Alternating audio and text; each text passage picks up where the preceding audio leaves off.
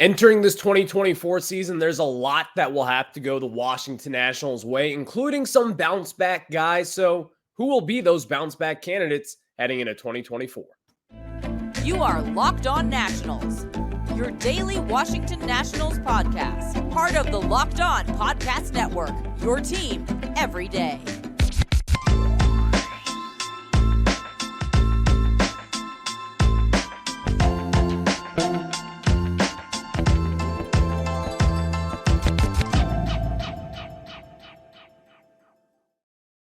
And thank you all for making Locked On Nationals your first listen every single day, as we are free and available wherever you get your podcast. I'm your host, Ryan Clary. You can catch me over on Twitter at RyanClary11 and as well as the show page at LO_Nationals. For all your latest Nationals news and notes, just make sure to hit Locked On Nationals. Later on in today's show, the Nationals did sign Dylan Floro. It's an intriguing signing to say the least. What could this mean? Because I truly do believe that Dylan Floro has a good chance to be another bounce back candidate for the Nationals, but we'll discuss that a little later on. Nick Senzel met with the media over the last few days here, discussed his time, and he is expecting to be the Nationals' everyday third baseman.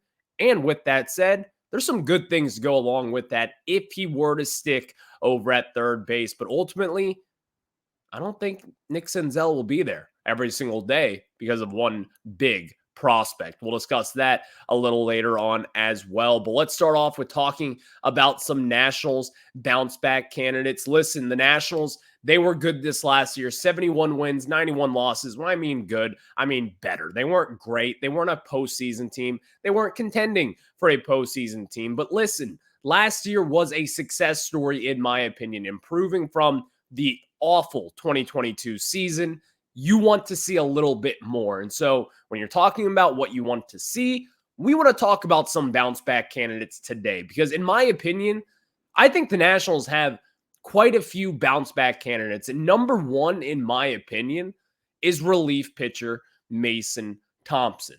I went into this last year thinking that Mason Thompson was going to be one of the bigger surprises for this Nationals team, and as well as the back end of that bullpen. I always thought that Mason Thompson would be that closer down the line for this Nationals team. If it wasn't going to be Hunter Harvey, if it wasn't going to be Kyle Finnegan, I was sure it was going to be Mason Thompson. I've always believed in his stuff. I've always believed in the fact that even then today, right now, even after a terrible 2023 season where he had some ups, but mostly he had a lot of downs, I still believe in the fact that Mason Thompson and the stuff that he holds there and just the difference maker that he can be down the line, he's going to be that someday.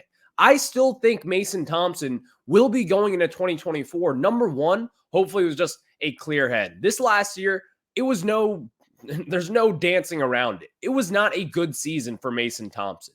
But I think with Davey Martinez and what he does best, I think he finds the best out of all players out there. I think he will find a role for Mason Thompson in which he could kind of start to elevate his own performance. And I think when Mason Thompson starts to elevate his own performance, gets a little positive energy back in his system after a really tough 2023 year, I think that is when you could start to see him kind of work his way up the food chain here. Because I think Mason Thompson, again, this isn't someone who doesn't have talent. This isn't someone who, when we traded for him back in 2022 or 2021, rather, whatever year that was, this wasn't someone that you were just talking about, he's fine. No, this guy's got a lot of talent, and he can be a back end of the bullpen kind of guy. He could be a closer someday in the big leagues, in my opinion. The only thing with him is situational baseball. He kind of got himself in a lot of tricky situations, walking a ton of batters. But even then, we know this with young pitching prospects. That's going to happen over time. You're just going to have to find a way to really minimize it and also just find your zone. Mason Thompson did neither of those over the course of 2023. That's why I think he could be doing this in the year of 2024. Maybe it's wishful thinking, but even then, he's got the talent to do it. He's just got to put it all together and ultimately make better performances, because at the end of the day, it's a results industry, and Mason Thompson wasn't really doing it in the year of 2023. But I still believe in the fact that his talent can carry him to that next level. He can be a back of the end rotation kind of guy. It's just got to happen. Second bounce back candidate. A little on the line here. Catcher Keibert Ruiz. Keibert Ruiz offensively, he had a good year. It was nothing amazing. But Keibert Ruiz, number one, he's got a lot more power than what he possessed this year. We saw it in the year of 2022. His power was a little bit down. You weren't really seeing the home runs and the extra base hits that we all expected once you traded for him from the Dodgers. Getting rid of Max Scherzer and Trey Turner, Keibert Ruiz being one of the main pieces in that deal, you wanted to see a little bit more. So with Keibert Ruiz now, I think the bounce back for him is going to have to come from the defensive side of things. Because here's the thing, there's no dancing around this. If you look at Baseball Savant and see where really all of his numbers are, they are all at the bottom of Major League Baseball. Whether it be his pop time, whether it be his frame accuracy, whatever you're looking at with Keibert Ruiz, his defensive metrics were all not pretty in the 2023 season. Keibert Ruiz, it's not the fact that this guy is a bad defensive catcher. We saw it in the year of 2022 and even a little bit of 2021. He does have some bright moments behind the plate, whether it be picking off guys over at first base or whichever corner bag you want to talk about. Keibert Ruiz kind of has that flashiness to him to where when you're behind the plate, and number two, when pitchers are really trying to go at Keibert Ruiz, which we've seen at times, Keibert Ruiz does have some solids back there. But ultimately, he's got to have it all click at one time. We've talked about this with Keibert a lot over the last few months here.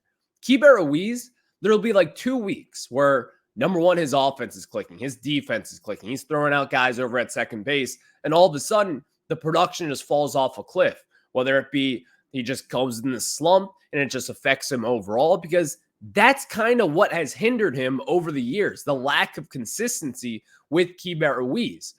But I'm not out on Keibert Ruiz, by the way. Keibert Ruiz had a good season this last year offensively, but where the bounce back needs to happen is defensively, because we know this, the Nationals in 2022, they were awful defensively. Over the 2023 season, they got a lot better. C.J. Abrams really started to get better over at shortstop, making all the routine plays. Luis Garcia had some bright moments over at second base. Jeimer Candelario in the first half, third base, he was looking really good. And Dominic Smith was, in my opinion, should have been a Gold Glove finalist when it was all said and done over at first base. The Nationals defensively, they didn't really hinder themselves too much in the year of 2023. But Keibert Ruiz, he's one of those guys who could be bouncing back. And I think when you're talking about defense in particular, he's going to be someone that I think you need to really have bounce back in 2024 because he's got the talent. He has all these skills. He's got a solid arm. He can block well. We've seen him be a little athletic behind the plate. Keibert Ruiz just needs to find a way to stay consistent, and that is when you will see the best product possible for your Nationals franchise catcher, whatever you want to call him. Third on this list, Joey Maness. DH Joey Maness, this is something that we didn't really know. He dealt with a pretty severe knee injury that kind of hindered him all of 2023. Davey Martinez revealed that over the last few weeks here. Joey Maness, while his numbers were still good, he was still a fine DH. At the end of the day, we expected a little bit more power. So the power just kind of going away after a ridiculous 2022 season with us, that was kind of like what's going on with him? Is this going to be something to where we should expect the lack of power? Or if you look at his track record down in the minor leagues, this guy has always hit for power. He's always hit home runs. He's always hit extra bases. He's been a double machine throughout the last decade of his career. But Joey Maness took a step back this year, and there's no denying that fact. But I think Joey Maness, with this knee injury, getting healthy, getting back to full strength, having a full offseason, getting your reps in the cages, knowing that your name is going to be in pen in that opening day lineup as we sit here today, Joey Maness could be that bounce back guy. Now, looking at where the bounce back will be, it's got to be in his home run numbers. I need to see a little bit more power because here's the thing, Joey Maness hit a ton of doubles this year. Extra base hits, I'll collect those any day of the week. I'll take it to the bank. I'll deposit it any day of the week. But I want to see a little bit more power.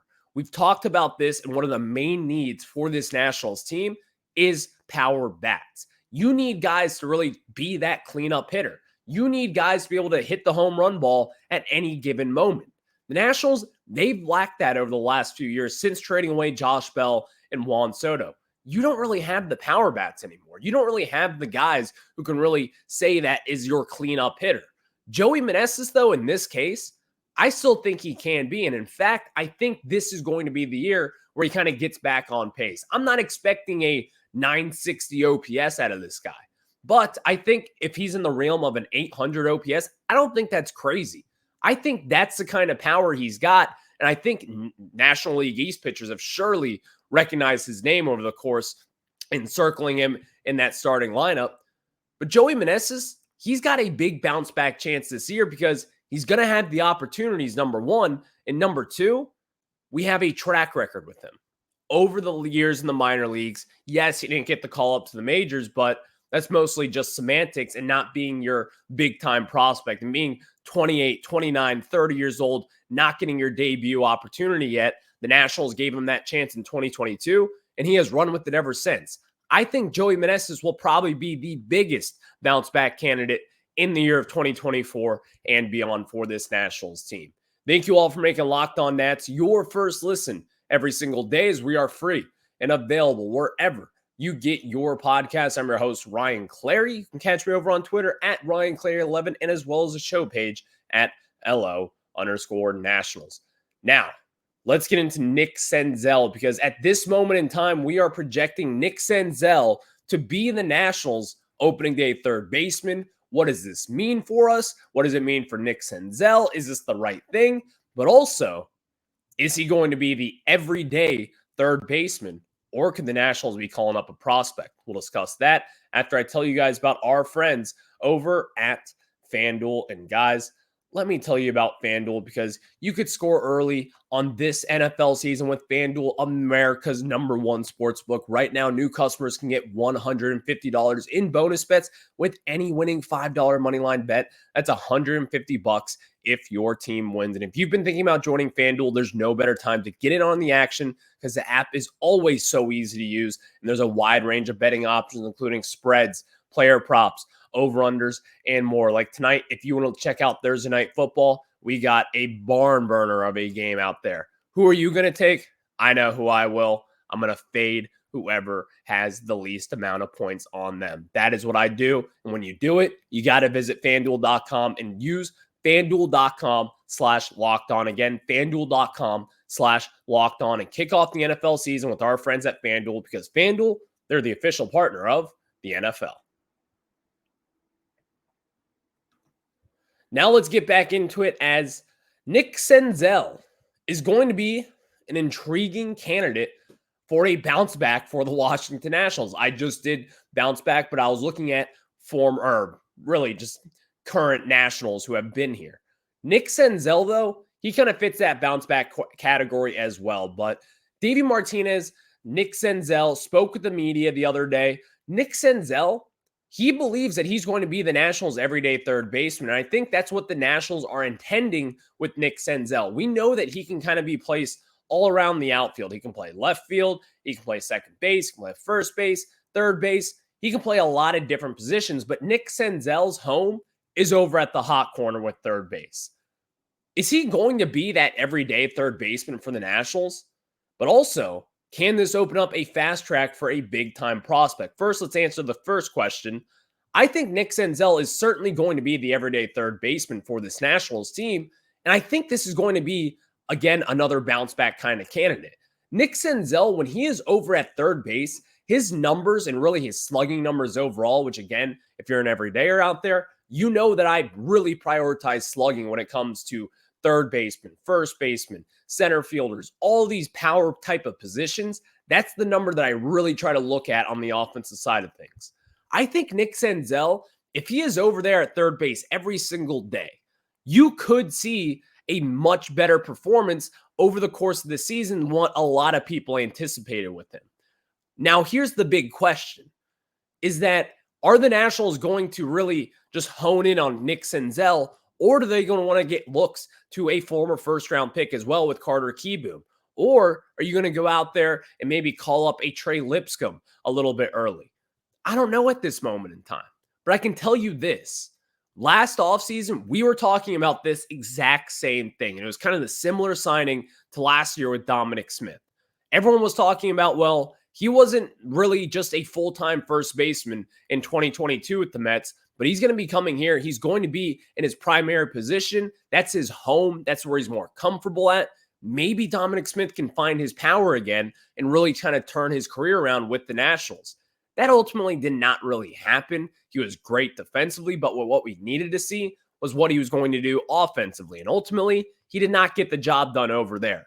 So it's a little eerily similar, you could say, talking about Nick Senzel now, because ultimately, what are we going to expect with him?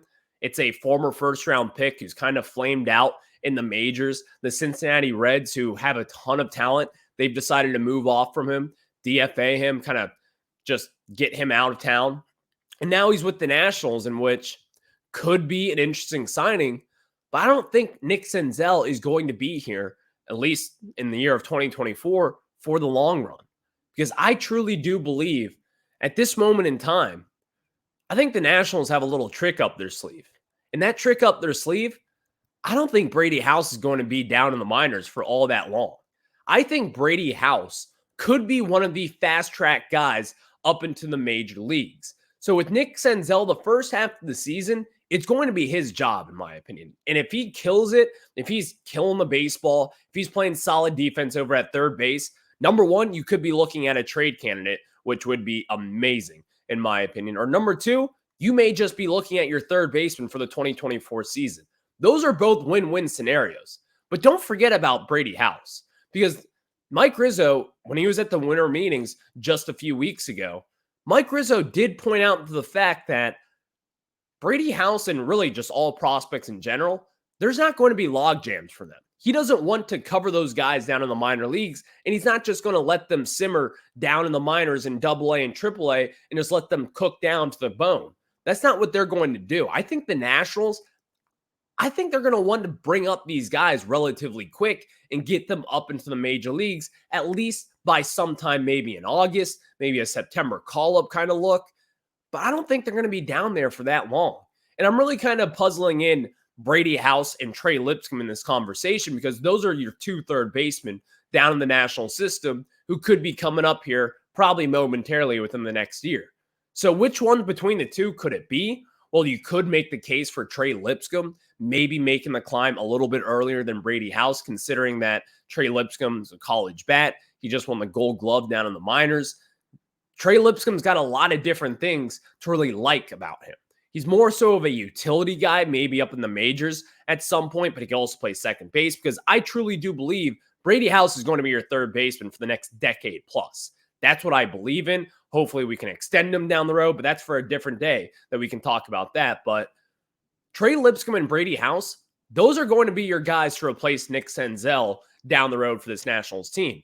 Now, you just have to narrow it down to one of those two guys, and who would it be? In my opinion, I think it's going to be Brady House. I'm going to bet on the fact that Brady House, maybe by sometime this August, will be in the majors in the middle of this lineup and hopefully making a big impact for this Nationals team. Now, you may be asking, what does this mean for James Wood and Dylan Cruz? Are they also going to be making a big comeback in the year of 2024? I don't know at this moment in time, to be honest with you, but I'm willing to put my cards on the table and say that Brady House, he's going to be making an impact at some point this summer for this Washington Nationals team. Is it going to be in a major way? I don't know at this point. But if Nick Senzel, if he is struggling, which is totally possible considering what he has done since the year of 2019, if he does struggle, this is going to open up a huge hole for this Nationals team in order to try to get Carter Kieboom opportunities. And then if Carter Kieboom can't take care of it, they're going to go down to the minor leagues. And if Brady House is doing what we all think he's going to do in 2024, he's probably going to take that job and never give it up. That's what I believe in going into this season. We'll just have to see what the Nationals decide to do. And ultimately, I'm calling it right now, it's going to be Brady House's job by the end of 2024. I do believe in that. Thank you all for making Locked On Nats your first listen every single day. And of course, Locked On has launched the first ever national sports 24/7 streaming channel on YouTube. Locked On Sports Today is here for you 24/7, covering the top sports stories of the day with the local experts of Locked On, plus our national shows covering every league. Go to Locked On Sports Today on YouTube and subscribe to the first ever national sports 24/7 streaming channel. Again, that is Locked On Sports Today. Now let's get into it as the Nationals signed Dylan Floro to a one-year deal. This is an interesting one. The reason as to why we kind of look at this and say, again, bounce back guy, it could be happening. Last year with the Marlins and as well as the Minnesota Twins, his ERA, you look at his ERA and you're like, not all too great. And kind of an inflated 4 ERA, not all too amazing. But then you look at his fielding independent pitching, that was at a sub-3. Now, what does that tell you about Dylan Floro? He was kind of an unlucky pitcher in the year of 2023. And if you look at Dylan Floro's track record, this was something that kind of came out of nowhere, in my opinion. Because if you look down at the deeper numbers with the right-handed pitcher, you're going to see a lot of different things that you could like from the year of 2023. Number one, he had his highest strikeout per 9 innings of his career last year with the Marlins and as well as the Twins. And I think this is going to be a big bounce back guy. Now, you may be asking, why is he going to be a bounce back guy? Because number one, you could make the argument that he wasn't that bad last year. In fact, he was not that bad last year. He got really just unlucky overall with poor defense by the Marlins and as well as the Twins. But going into this year, he's going to play a big role for this Nationals team. And what I like the most about Dylan Floro, I get steamed up for strikeouts. His strikeouts per 9 was at a career high from what it has been over the last decade plus. That is kind of telling, I think, about his stuff, number one, and number two, about where he could be in the back end of the bullpen. Is he going to be your closer? No, that's still Kyle Finnegan. Maybe Hunter Harvey gets another shot at that as well. But Dylan Floro is going to be kind of that Steve Cishek signing of a few off seasons ago. Except you may be asking, it's going to be a little bit better than Steve Cishek. No offense to him. Dylan Floro is just a little bit of a better talent, to say the least. But going into this season, where can you kind of see him falling into place? I see Dylan Floro as someone who's going to be pitching the 7th inning. And then after that, it falls in line. Hunter Harvey in the 8th inning. And then in the 9th inning, Kyle Finnegan hopefully comes in and shuts the door. Because the Nationals over this year, there are two different sides to this bullpen. There was a side where you had Hunter Harvey and Kyle Finnegan closing out the game, looking really good. And then on the other hand, you had guys like Mason Thompson who are coming in and just kind of giving up 5 earned runs in this course of 2 innings. And then, of course, you had Thaddeus Ward who was coming in. He was walking the yard. And ultimately, the Nationals bullpen just never could find that consistency. I think Dylan Floro, who will be on the first half of that bullpen, who's going to be one of the bigger guys of this season, he's going to be one of those guys who could kind of turn this bullpen around just a little bit more. And I think this is going to be a big, impactful signing. And I can tell you this right now, August 5th, whenever the trade deadline is this year, Dylan Floro will not be a Washington National past that. He's going to be one of those guys to where you sign him, hoping for a bounce back or whatever you want to call it with him. And then you're going to trade him at the deadline. Because teams, they need bullpen help whenever they can. You're going to see teams buy bullpen guys whenever they need to, because that is what is of value in the year of 2024 and beyond. That is what postseason teams need every single year when they enter October baseball. So going into this year, Dylan Floro, it's going to be an intriguing kind of season for him. We'll just have to see if he can really bounce back and really get back to his form, what he was over the last few seasons. Thank you all for making Locked On Nats your first listen every single day, as we are free and available wherever you get your podcast. And I'll catch you guys tomorrow on a Friday. It'll be a feel-good Friday, to say the least. See you on the flip side.